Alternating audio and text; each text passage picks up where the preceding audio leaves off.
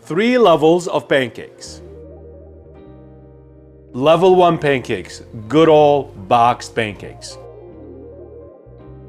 A lot of people don't read the directions. They throw the box in the garbage. Then you're actually reading the directions from the garbage can. Does that ever happen to you guys? 1 egg, splash of oil, 1.5 cups of water, about 1.5 cups of flour. We're just gonna griddle them up. I'm using a little butter. You can use a little oil. This is about 1/2 cup of pancake.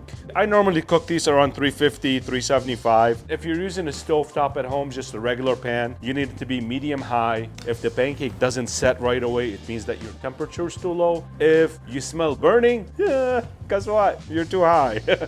So about 1.5 minutes on each side. All right, we're just gonna flip them. Oh, look at that. Perfect.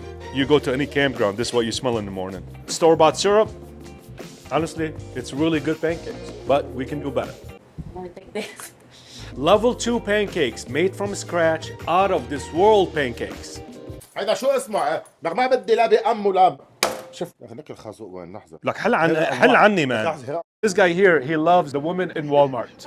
For over 65, with Kmart money, hit this man up. First, I'm gonna get the dry ingredients ready. 3 cups of flour, 1/4 cup of sugar, a pinch of salt, 1 teaspoon of baking powder, 1 teaspoon of baking soda. So very important, you have to make sure after we put the liquid in here, you don't want to overmix this at all. That is the trick of good homemade pancakes. Do not overmix. Now, for the wet ingredients. 2 1/4 cup of buttermilk, 1 egg, a splash of vanilla. Now we're gonna combine them together. You need one of these things. That's what I forgot, splash of oil. Maybe like a 1/4 cup. Now, look at this. I probably mixed this maybe about 20 times, no more. Don't overmix it. I know you want to, but don't do it. Assembly time. Whenever I make pancakes, I make sure to use salted butter, especially with the good maple syrup. When it combined together, it really is to die for. We're gonna put the butter here. I'm using a lot of butter. I'm doing it on purpose.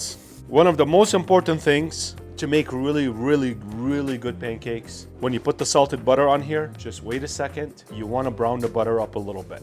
You know, we're using 1/2 cup mixture. If you see what I'm talking about, you see all these lumps here. I know you're tempted to stir this. Do not stir it. This is how you make really good pancakes. This is what we're looking for. We're looking for all these bubbles here. I know this is maybe very elementary, but I do have to say it. You are probably very tempted now to start messing with these pancakes and flipping them, but we're not gonna do that. We are going to wait for the bubbles to come through to the top. You flip those now, they are going to become flat. I can just move them around like this, so I get the maximum amount of this brown butter. You see that bubble coming through? So this is what we're looking for. Now we are ready to flip. One motion.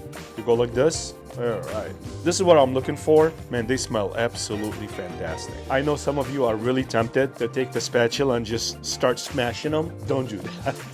You're actually pushing all of the air bubbles that you worked so hard to achieve right out. Maybe 2.5 minutes on the first side, maybe a minute after you flip it. And I really love using these griddles, especially when I'm making a lot. This is a really good way of making a lot of pancakes for a lot of people fast. This is the trick. This is what I like to do. There's a reason why I'm fat. I take the salted butter and I'll put it right here. You put a piece of butter at the bottom of the plate, then you start building them up. 100% maple syrup, grade A amber.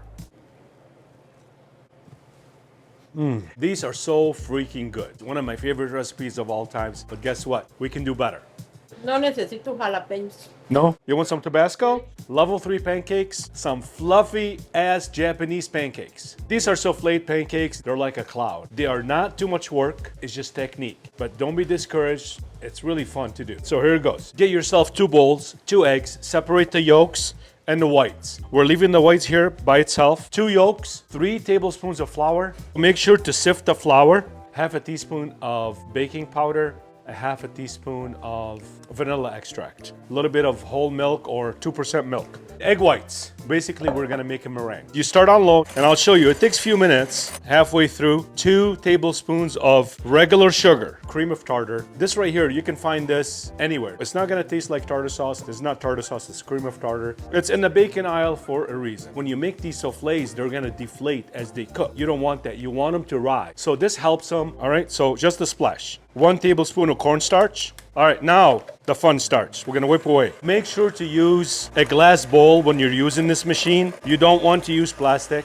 If you can imagine, it's just gonna ship all these plastic pieces into your food. You can use stainless steel, but a glass bowl is the best. Normally when you make meringue with egg whites, it takes about 5 minutes. Just be patient with it. We want to whip these till become really stiff, like stiff peaks. And it's really, really important that your egg whites are cold. If the egg whites are room temperature, they are going to deflate. When you're doing stuff like this, temperature matters and technique matters. Stiff peaks, here you go. That's what I'm looking for. Grab your spatula and you go a little bit at a time. You take the whipped meringue, then you just want to fold it into this mixture. Put your mixture into a piping bag. And you need to move fast because it's starting to deflate and you definitely don't want that. A little cooking spray or a little vegetable oil. So we're just gonna pipe these like this. You have to put them on here. You have to let them set for a second. Then we're gonna add more to it. Just a couple splashes of water just to create some steam, and you need to cover them up. These take, about maybe 4 minutes, 5 minutes. Your griddle has to be around 300 degrees. And every so often, a little bit of water to create some steam in there. Don't touch it, don't flip it, don't mess around with it. And when you flip it after about 5 minutes or so, minimum of 5 minutes. They are really finicky, but they are absolutely delicious. Once you see the sides dry up, it's time to take them off. When you flip them really, really slowly and really easily. Just kind of roll it. They're very delicate. I like it when it jiggles. I'm making this one with berries, whipped cream, and powdered sugar.